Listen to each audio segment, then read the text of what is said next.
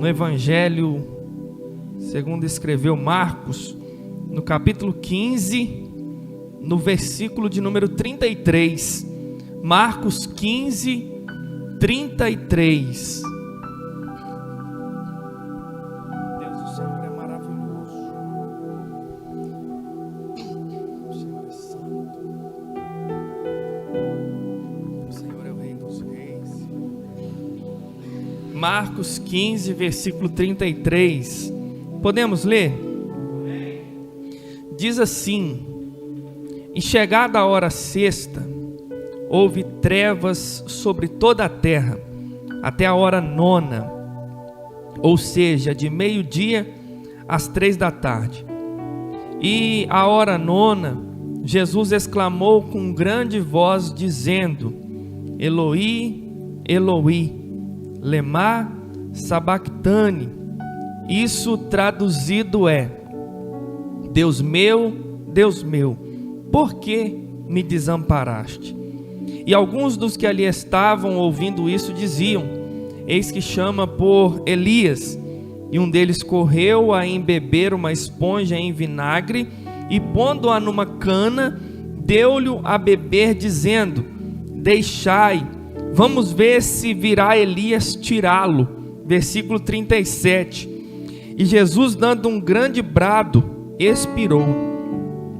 E o véu do templo se rasgou em dois, de alto a baixo.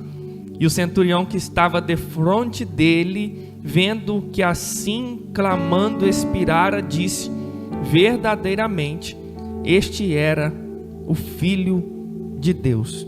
Feche os seus olhos no nome de Jesus. Esqueça os seus afazeres, seus problemas, suas dificuldades. Peça ao Senhor para alimentar você nesta noite. Deus, muito obrigado, Pai, por essa oportunidade de nós aqui estarmos. Obrigado, Jesus, por essa palavra. Obrigado, Pai, pelo dia que nós tivemos a oportunidade de viver e a maravilhosa oportunidade de encerrarmos esse dia na Tua presença.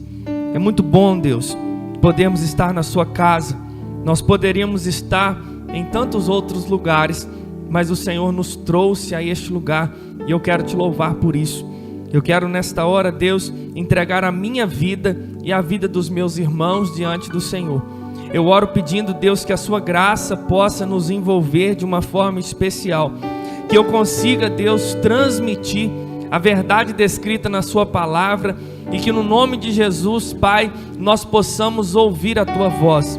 Pai, que a palavra aqui ministrada possa gerar no nosso coração entendimento de quem é verdadeiramente o Senhor e que venhamos, Deus, entender ainda melhor o Teu sacrifício na cruz do Calvário. Eu sei, ó Deus, que enquanto a Sua palavra é ministrada, o Senhor tem poder para salvar, o Senhor tem poder para curar, o Senhor tem poder, Deus, para renovar as nossas forças. Eu peço, Pai, que no nome de Jesus, a nossa vinda a este lugar não seja em vão, mas que em nome de Jesus, cada um, Deus, que está ouvindo essa palavra, possa sair daqui entendendo, Deus, que há uma boa notícia para nós, entendendo, Deus, que há uma boa nova para nós. Cristo morreu na cruz do Calvário, Cristo ressuscitou e brevemente Cristo virá nos buscar. Eu quero Te agradecer por essa oportunidade, meu Pai, em nome de Jesus. Amém. Irmãos, hoje, meditando, e entendendo o que transmitir para a igreja, esse texto tem tomado conta do meu coração. Marcos, capítulo de número 15, versículo de número 34. Essa pergunta de Jesus: Eloi, Eloi, lema sabactani, que traduzido é: Deus meu, por que me desamparaste? É muito importante nós aprendermos, olha para mim e deixa a Laurinha, nós aprendermos sobre a cruz do Calvário. Eu e você precisamos de olhar para a cruz e entendermos que na cruz nós fomos perdoados, na cruz nós fomos amados, na cruz nós recebemos de Deus a oportunidade da vida eterna. Na cruz Ele inaugurou um novo e vivo caminho. Eu e você precisamos de ser apaixonados pela mensagem da cruz. Nós precisamos, assim como aquele hino antigo vai declarar: sim, eu amo a mensagem da cruz, até morrer eu a vou proclamar. Eu e você precisamos de saber o que a cruz do Calvário proporciona para mim.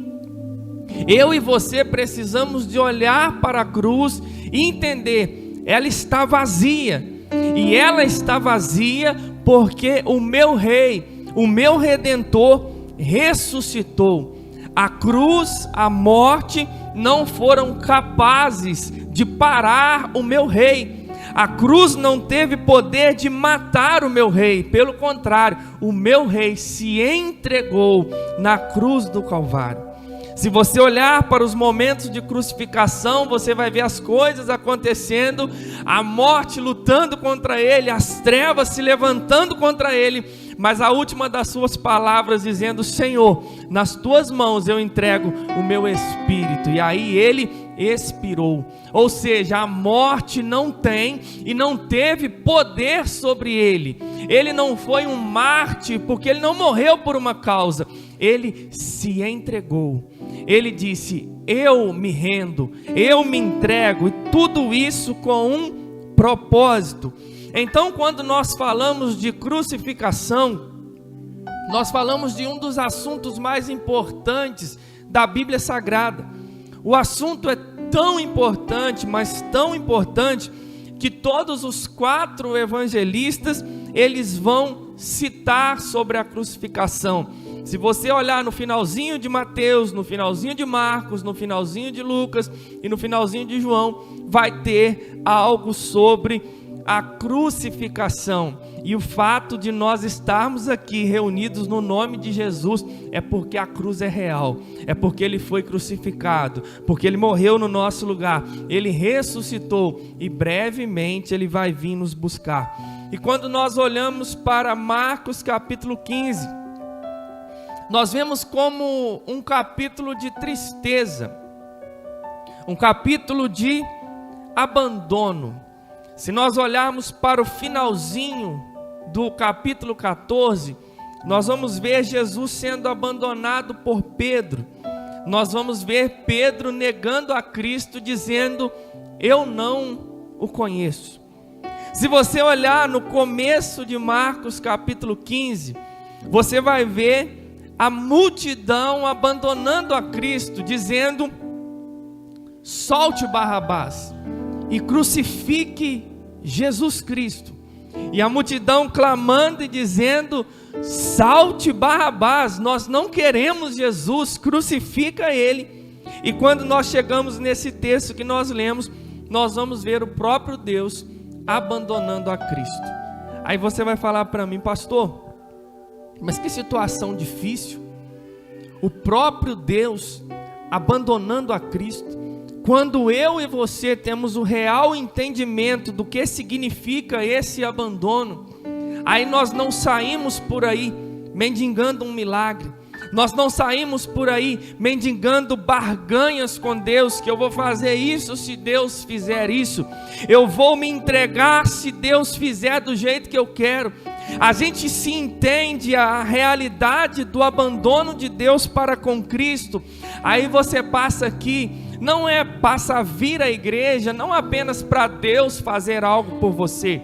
O vir à igreja, o levantar da sua mão, o dizimar, o ofertar, o trabalhar na obra do Senhor, já não é mais um peso, e sim uma gratidão, entendendo: Ele fez por mim o que ninguém podia fazer, Ele me perdoou do que ninguém poderia me perdoar, Ele morreu no meu lugar.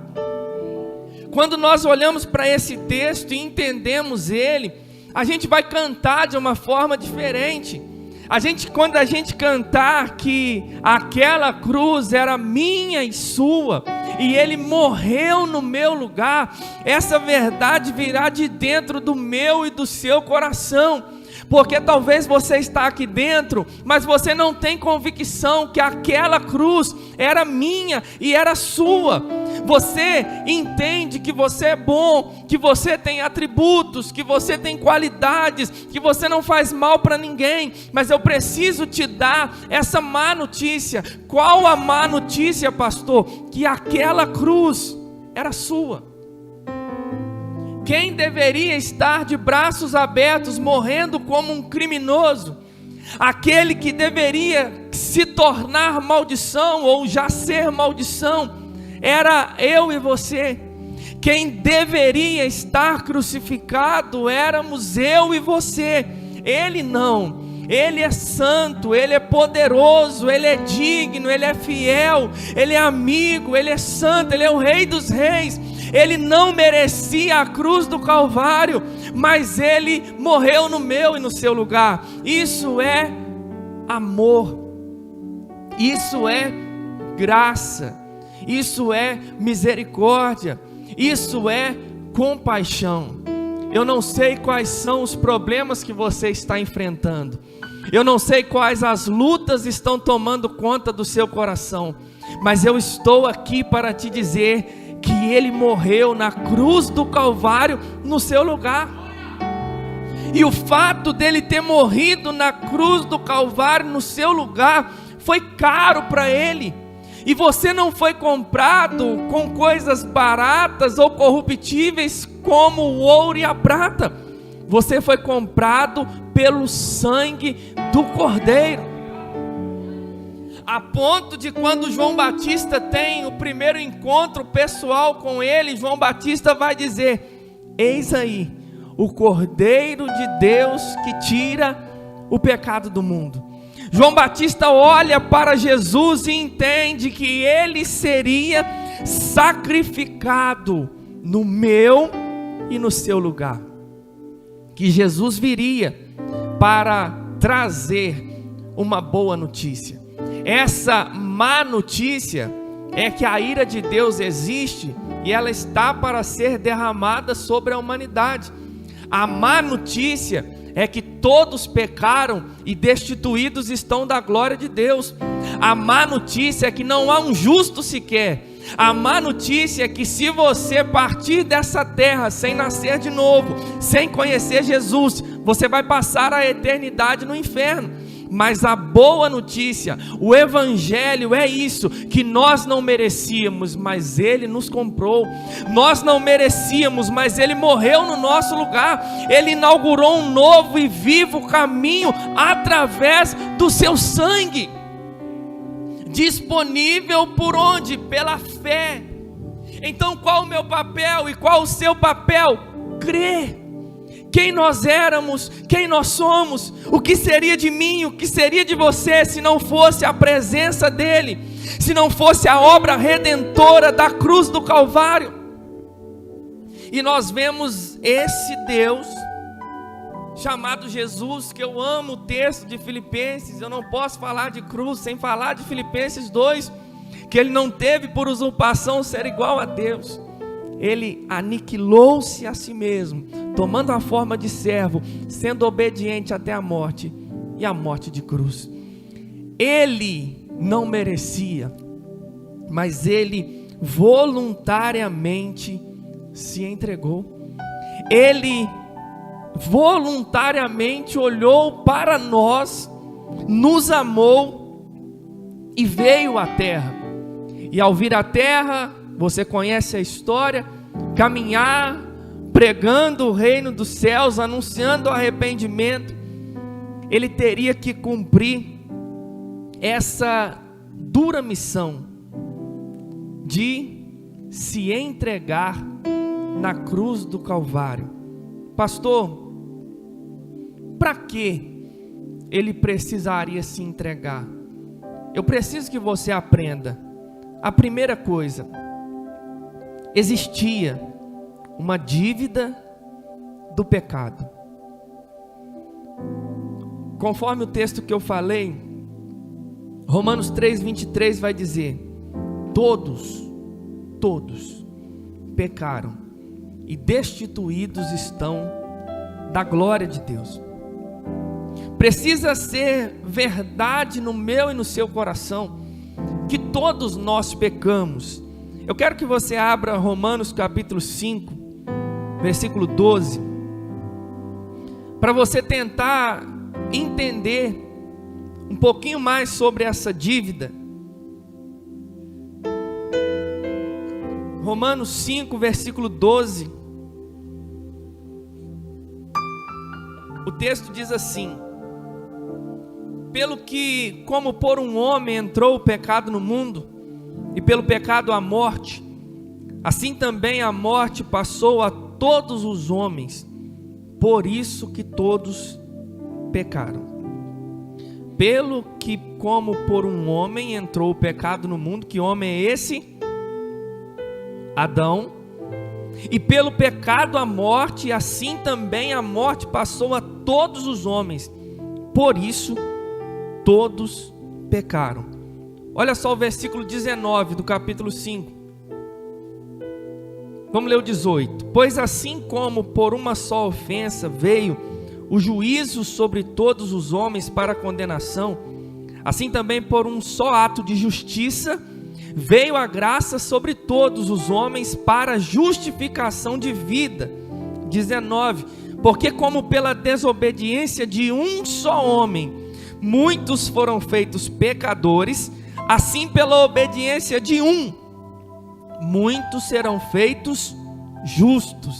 Veio, porém, a lei para que a ofensa abundasse, mas onde o pecado abundou, superabundou a graça, para que assim como o pecado reinou na morte, também a graça reinasse pela justiça para a vida eterna, por Jesus Cristo nosso Senhor.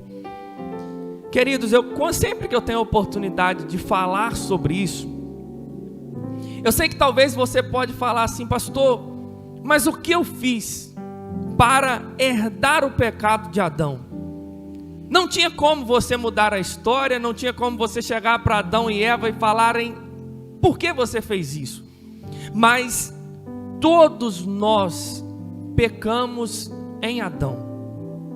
Existe uma dívida do pecado que nós herdamos ao nascer. Todo ser humano, por mais bonito e mais lindo que seja, todo ser humano, de qual família quer que ele seja, ao nascer, ele herda a natureza pecaminosa. E essa natureza pecaminosa, ela desagrada a Deus. Eu gosto muito de Isaías 59, que diz que as mãos do Senhor não estão encolhidas para que não possam salvar, nem os seus ouvidos agravados, mas as vossas iniquidades fazem separação entre vós e o vosso Deus. Eu e você precisamos entender que o pecado habita em nós, e por isso nós somos devedores, nós temos uma dívida. Eu gosto muito de João capítulo 3, versículo 14. O texto de João capítulo 3, versículo 14, espreme a humanidade na parede. É Jesus espremendo Nicodemos e toda a humanidade, dizendo: da mesma forma que a serpente foi levantada no deserto, importa que o Filho do Homem seja levantado, para que todo aquele que nele crê não pereça, mas tenha a vida eterna. O que Jesus está ensinando para Nicodemos? Não tem salvação fora de Jesus. O ser humano está perdido, o ser humano está lascado, o ser humano está contaminado como o povo de Números 21. As serpentes abrasadoras já contaminaram toda a humanidade, o pecado já contaminou toda a humanidade. E quem pode livrar a gente dessa ira? Somente olhando para Jesus. Eu gosto também do texto de Colossenses capítulo 2, versículo 14, que vai dizer que, havendo riscado o escrito de dívida que estava sobre vós, cravando ele na cruz do Calvário. Ou seja, existe uma dívida para quem não está em Cristo. Existe uma dívida de todo ser humano que ainda não conhece Cristo. Como assim, pastor? Todo ser humano que não conhece Cristo, porque Cristo pagou essa dívida, morrendo na cruz do Calvário, se entregando na cruz do Calvário. Só que quem não tem Cristo ainda está devendo. Por isso que a Bíblia diz em João capítulo 1, versículo 12, que ele veio para os seus, mas os seus não o receberam, mas todos quanto a ele receberam, Deus deu-lhes o poder de serem feitos filhos de Deus. Então, a partir do momento que você entrega a sua vida a Cristo, nasce de novo, você não é qualquer um mais, você é filho de Deus, você é comprado pelo sangue precioso de Jesus Cristo. Mas para pagar essa dívida, Jesus teve que fazer algo. Para nos comprar dessa forma, Ele não entregou dinheiro, Ele teve que fazer algo. E eu quero que você abra 2 Coríntios capítulo 5, versículo 21. E eu espero que vocês estejam entendendo. Primeira coisa, existe uma dívida, e todo ser humano herdou essa dívida.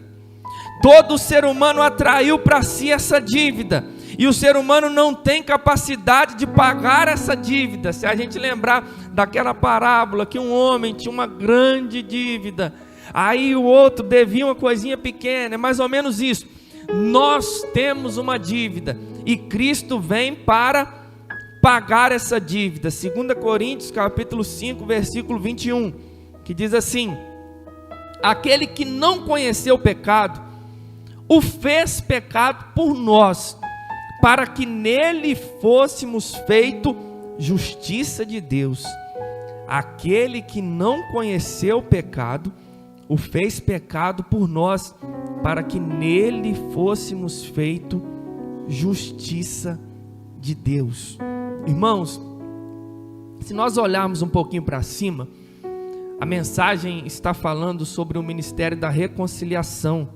Se você estava aqui na festividade da nossa igreja, o pastor Mateus trouxe uma bela mensagem sobre esse texto, mostrando o ministério da reconciliação. Quem foi alcançado precisa alcançar, porque aquele que está em Cristo é uma nova criatura, as coisas velhas se passaram e tudo se fez novo. E o finalzinho vai mostrar que aquele que não conheceu o pecado, preste atenção nisso, Jesus andou 33 anos por sobre a terra e não pecou. Jesus cumpriu toda a lei. Jesus fez e aconteceu, Ele andou, Ele foi tentado e Ele não cedeu à tentação. Mas Ele veio com uma missão, Ele veio com um propósito de ser crucificado. Eu quero que você abra Gálatas capítulo 3, versículo 13, para você entender tamanha humilhação do Todo-Poderoso, inocente, sem pecado, sem falha, sem erro, sem mancha. Não tinha-se o que falar desse homem. Ele não pecava em olhar, ele não pecava em pensamento, ele não falava mal de ninguém, ele não falava mentira, ele é a própria verdade. E esse Deus, Gálatas 3,13 vai dizer: Cristo nos resgatou da maldição da lei, fazendo-se maldição por nós, porque está escrito: maldito todo aquele que for pendurado no madeiro, ou maldito todo aquele que for pendurado numa cruz. A cruz era a pior condenação, era a maldição, e Jesus vem para nos resgatar da maldição. Ele se torna a própria maldição. Ele vem para perdoar o meu e o seu pecado. Como? Levando sobre ele todo o nosso pecado. Ele morre na cruz do Calvário. Se a cruz do Calvário já era humilhante para um ladrão que havia roubado, imagina para um homem inocente. Mas quando eu olho para isso, eu vejo amor, eu vejo graça, eu vejo favor que nós não merecemos. O Cordeiro de Deus que tira o pecado do mundo, agora está sendo sacrificado na cruz do Calvário. Ele não podia pecar, ele não tinha pecado, porque ele deveria ser o Cordeiro Santo, o Cordeiro Imaculado, que a morte dele, ele se entregando, ele sendo o sacrifício, traria perdão para nós. Irmãos, então eu preciso de entender que existia uma dívida que precisaria de ser paga. Alguém tinha que pagar o pato, alguém tinha que ser o bode expiatório, e ele vem à terra com esse propósito: eu me faço maldição para perdoar, eu atraio todo o pecado da humanidade sobre as minhas costas, porque eu quero pagar essa dívida. A terceira coisa é que para pagar, ele teve que receber o castigo que a justiça de Deus exige pelo pecado. Ele tinha que pagar esse preço, e esse preço era alto. E nesse momento nós estamos vendo Jesus gritando: Deus meu, por que você me desamparaste? Esse grito não era uma dor física, esse grito é uma dor de abandono. O grande Deus, apaixonado por Deus, que viveu a vida com Deus, que deixou o céu, veio à terra para se entregar, ele nesse momento está cumprindo vários textos, né? O Salmo 22 vai iniciar exatamente dessa forma, Davi profetizando: Deus meu, por que me desamparaste? E quando Jesus está no seu momento de aflição, quando Jesus está no seu momento de dificuldade, reconhecendo que ele está levando todo o pecado, ele está trazendo para ele também uma coisa. Que coisa, pastor? A ira de Deus sobre ele. Irmãos, ter a ira de um ser humano é muito ruim. Se você ficar sabendo que alguém quer te matar, é muito ruim. Se você ficar sabendo que é uma realidade, que Satanás está doido para te pegar e está irado contra você, é muito ruim. É bom você vigiar, porque o leão anda ao derredor, bramando como o inimigo anda ao derredor, bramando como um leão, procurando a quem tragar. Mas quando eu olho para isso, eu vejo que Deus se ira contra o pecado. Por quê, pastor? Porque o pecado fere a santidade de Deus. Deus não tolera o pecado. Precisa estar claro no nosso coração que Deus odeia o pecado. E Jesus nesse momento está trazendo todo o pecado da humanidade. Se nós dermos uma volta no Getsêmani, Mateus 26, você vai ver que Jesus está angustiado, chama os discípulos para orarem, e a angústia vai tomando conta dele, e ele vai falar assim: a minha alma está profundamente triste, numa tristeza mortal, fiquem aqui e vigiem comigo. E ele vai fazer uma oração: meu Pai, se for possível, afasta de mim este cálice, contudo, não seja como eu quero, mas como tu queres. Jesus está olhando e entendendo que existia um cálice para ele beber. Que cálice era esse? O cálice da ira de Deus. Queridos, com palavras talvez nós não conseguimos mensurar isso, e por mais que nós quiséssemos mensurar isso, não seria capaz. Por quê? Porque nós não bebemos desse cálice. Esse cálice da ira de Deus é o próprio Deus revoltado com tamanha pecaminosidade na vida do ser humano e querendo descontar ou vingar esse pecado. E Jesus está levando, irmãos, presta atenção no nível de angústia que Jesus estava. Porque quando nós pecamos e você tem vida com Deus, você foi alcançado por Cristo, a barriga chega a doer, você não tem paz enquanto você não conversa com Deus e se arrepende e entende que foi perdoado por Ele. Parece que o coração dói, parece que está faltando alguma coisa, parece que a gente está sujo. Imagina nós carregarmos o meu pecado, o pecado do Amauri, o pecado da Mina, da Jaque, da Lai, do Ferute, do pastor, do Tão, e digo mais, os pecados que já pecamos e os pecados que ainda vamos pecar. Imagina nós, talvez os pecados da igreja sejam poucos, mas imagina o pecado da galera que está no bar do Léo, imagina o pecado da galera que não está aqui. Irmãos, imagina o tanto, lembrando que é tudo igual, tá? Me ajuda.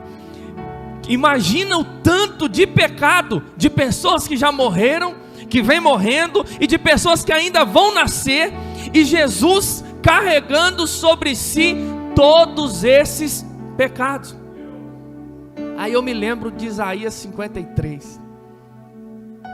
Nós o reputávamos por aflito, ferido de Deus e oprimido, mas ele foi moído pelas nossas transgressões e foi ferido pelas nossas iniquidades. O castigo que nos traz a paz estava sobre ele, e pelas suas pisaduras nós fomos sarados. Irmãos, ele levou sobre si todas as nossas dores, todas as nossas enfermidades, todos os nossos pecados. O castigo que nos traz a paz estava sobre ele. Ele estava naquele momento recebendo um castigo que era meu e seu, porque ele não pecou, ele não falhou, ele não fez nenhum desses pecados que nós fazemos, mas ele veio para perdoar os nossos pecados. Ele abraçou todo aquele que crê, está dizendo assim: está disponível se vocês crerem. Eu estou bebendo o cálice da ira de Deus para que vocês não bebam. E aqui eu preciso de abrir um parêntese muito importante. A ira de Deus virá sobre a terra, virá o dia do juízo, e ai de quem não tiver com a vida guardada e comprada pelo sangue de Jesus. Vocês estão lascados. Se você não entregar a sua vida para Jesus, você vai beber o cálice da ira de Deus. E não tem ligação para pastor Marcel, não tem ligação para líder de célula, não tem eu sou parente de fulano, eu sou da igreja tal. Não tem nada que te livre das mãos do Deus Todo-Poderoso. Deus se revolta contra o pecado. Mas como assim, pastor? Eu preciso ilustrar para você. Êxodo capítulo 12, a ira de Deus seria derramada sobre o Egito, e não tinha explicação, não tinha conversa, não tinha abaixo-assinado, não tinha nada que tirasse alguém das mãos do Deus Todo-Poderoso. A sentença foi liberada. Qual era a sentença? O anjo da morte vai passar e vai ferir todos os primogênitos da terra do Egito, os primogênitos de Israel, os primogênitos do Egito, tudo que for primogênito vai morrer. Mas como que faz, pastor, para ser livre disso? Perguntaram para Moisés, e Moisés disse: vocês vão pegar um cordeiro, vão sacrificar esse cordeiro e vão passar sobre os umbrais das portas. Quando o juízo de Deus vier, quando a ira de Deus vier, quando o anjo da morte passar e ele vê o sangue na porta, ele vai passar por cima. Essa é a Páscoa do Senhor. Então, onde tiver sangue tem salvação, onde tiver sangue tem livramento, onde tiver sangue tem vida, onde tiver sangue não tem morte. Irmãos, o anjo da morte passou. No outro dia, todo mundo acordando, o Egito estava fervendo, o Egito estava de luto, o Egito estava com choro e lágrimas. Por quê? Porque eles não sabiam da mensagem de salvação. O Egito foi alvo da ira de Deus. E sabe o que aconteceu em Israel? Salvação. O anjo da morte passou e o povo de Israel não morreu ninguém. Irmãos, eu fico viajando nessa palavra. A ordem foi dada, é o sangue. Pelo visto, nenhum israelita deixou de passar o sangue, porque senão tinha relato que primogênito de Israel tinha morrido, mas não morreu. Por quê? Porque tinha o sangue. A ira de Deus está para ser derramada sobre o pecado, e a humanidade peca, então a ira de Deus será derramada sobre a humanidade. E o que nos livra da ira de Deus? O sangue de Jesus. Não é na hora do aperto você falar o sangue de Jesus tem poder, não. É você ser comprado. Por isso que nos momentos de ceia nós cantamos: eu sei que foi pago um alto preço. Nós fomos comprados com preço de sangue. Igreja do Senhor que ouve essa mensagem, você foi comprado pelo sangue do Cordeiro.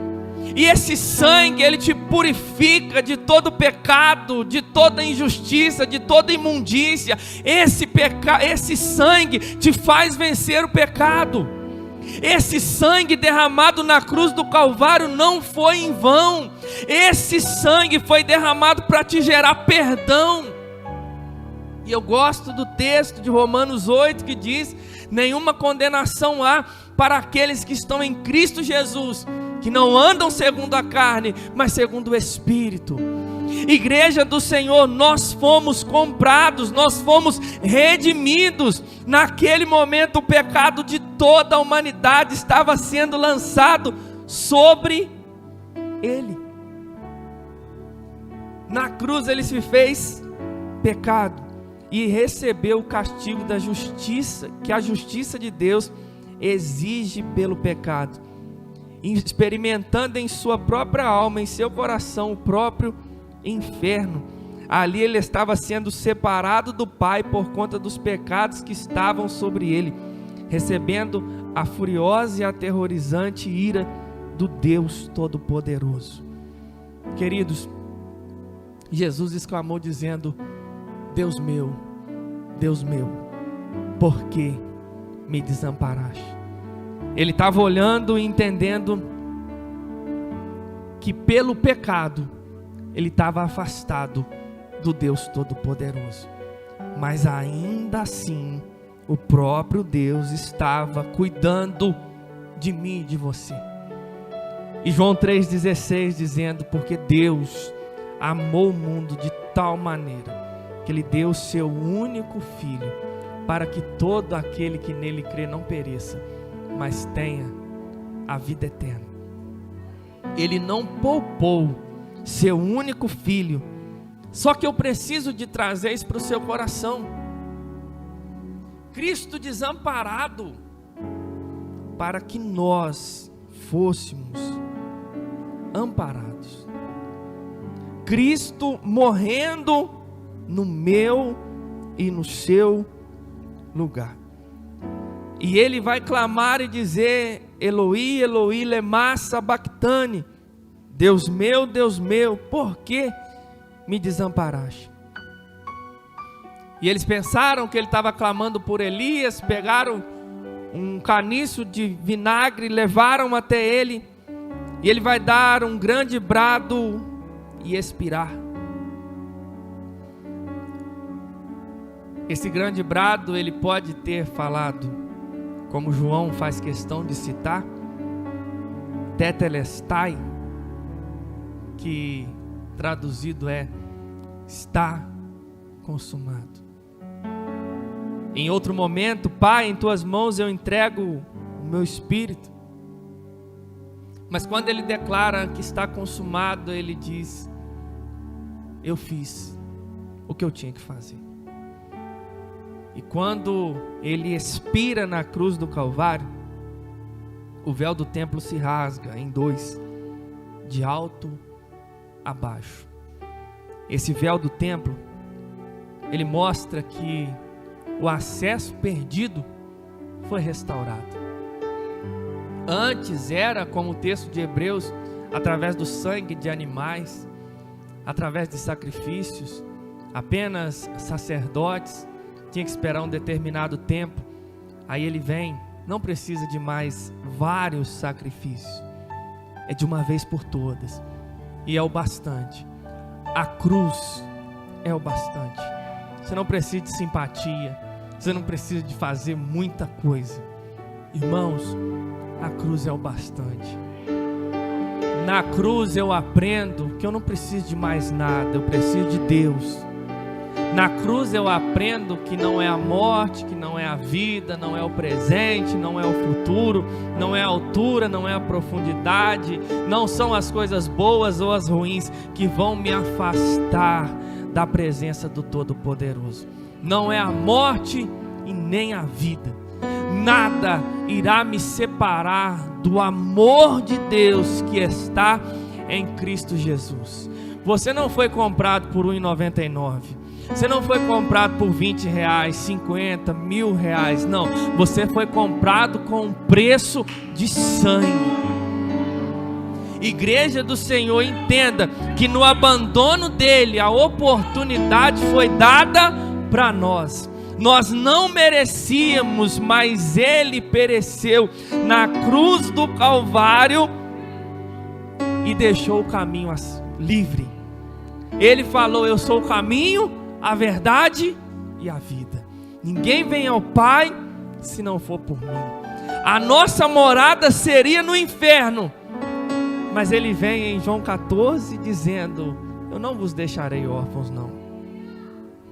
Eu vou ao Pai, eu vou preparar-vos um lugar e eu vou voltar.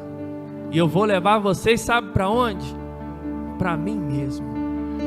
Igreja do Senhor que me ouve, ele morreu a minha morte. Querido, você pode estar com vários problemas, mas ele morreu a sua morte, para que você entenda que esse problema não é capaz de te afastar dele, pelo contrário, é de te levar mais para perto dele. É para você entender que você pode estar precisando de um monte de coisa, mas o que você mais precisa é dele. E digo mais, que eu creio num Deus de milagres, tá? Ele pode fazer vários milagres por você, mas nenhum dos milagres que ele vai fazer se compara ao que ele já fez. Igreja, você foi comprado. Irmãos, e tentando te mostrar um pouquinho, se fosse para eu te comprar, talvez eu não te compraria. Se fosse para a pessoa que está do seu lado investir a vida em você, talvez ela não investiria. Mas ele se fez pecado por nós. Irmãos, o amado de Deus vem ser rejeitado por Deus para que nós fôssemos aceitos. Não existe outra forma de chegar ao céu que não seja Cristo. E não fica por aí procurando formas de ser amado. O amor verdadeiro é Cristo. Somente em Cristo. Em Cristo eu sou amado. Só que eu preciso abrir o seu coração, abrir o seu entendimento para você ouvir isso. Se você não tiver com Cristo, me desculpe, mas você está lascado. Pastor, eu estou com a Igreja Batista Reviver. Não, se você não tiver com Cristo morando dentro do seu coração, se o sangue de Jesus Cristo não tiver dentro de você, você está perdido. Irmãos, e é assim, não adianta achar que tem, não, tem que ter. Igual o pastor Marcel ministrou, tem gente achando, não, eu tenho Cristo. Cristo é o Salvador da minha vida. Se Cristo não está sendo, começa a orar e falar: Deus, eu não consigo sozinho, eu quero te conhecer, Deus, se revela a mim, me salva, conversa com Jesus. Essa palavra está te dando uma oportunidade. para que Cristo seja o centro da sua vida. Talvez você já está na igreja há muito tempo. Cristo precisa ser o centro da sua vida. Talvez você está chegando hoje.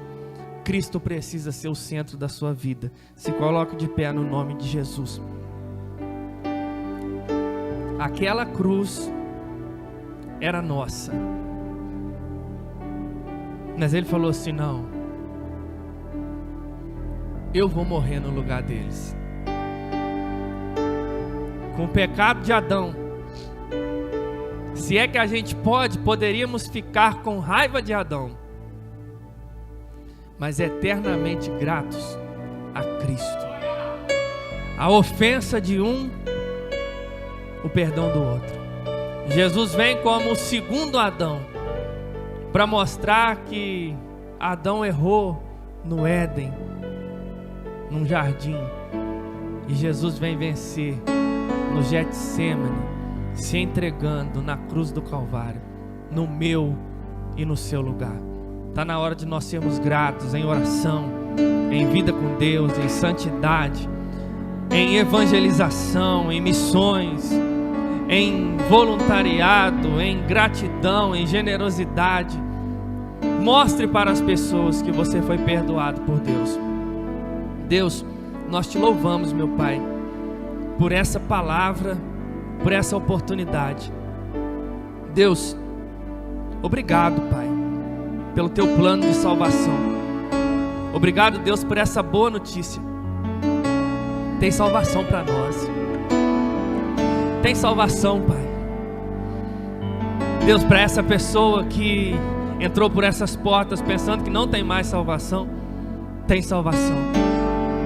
Pai, mas ao mesmo tempo, como nós escaparemos se nós negligenciarmos tão grande salvação?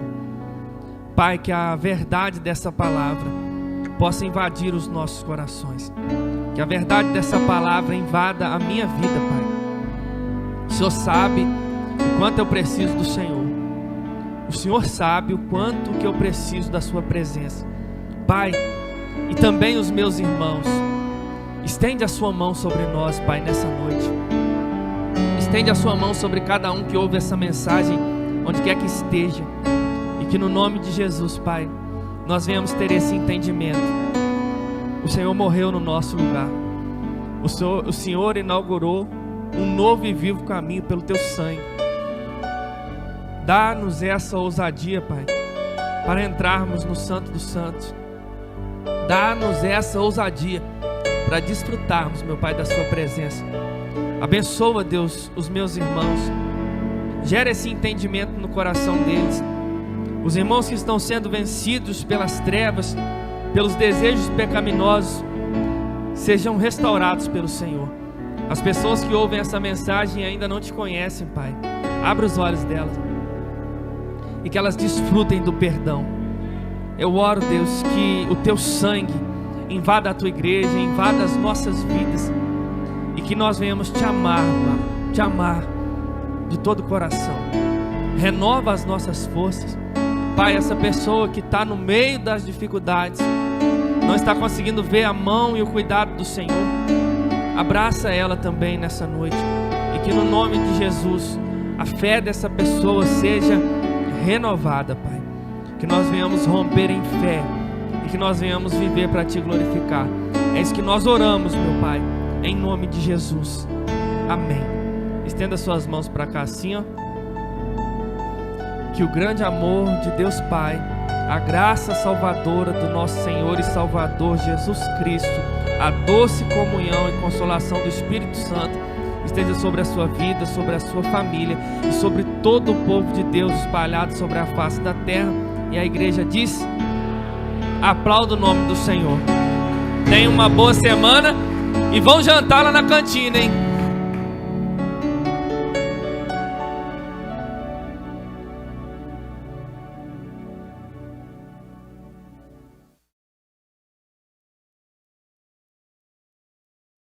Irmãos, vão lá pro terreno orar também, hein? É só entregar a oração, não demora não, hein?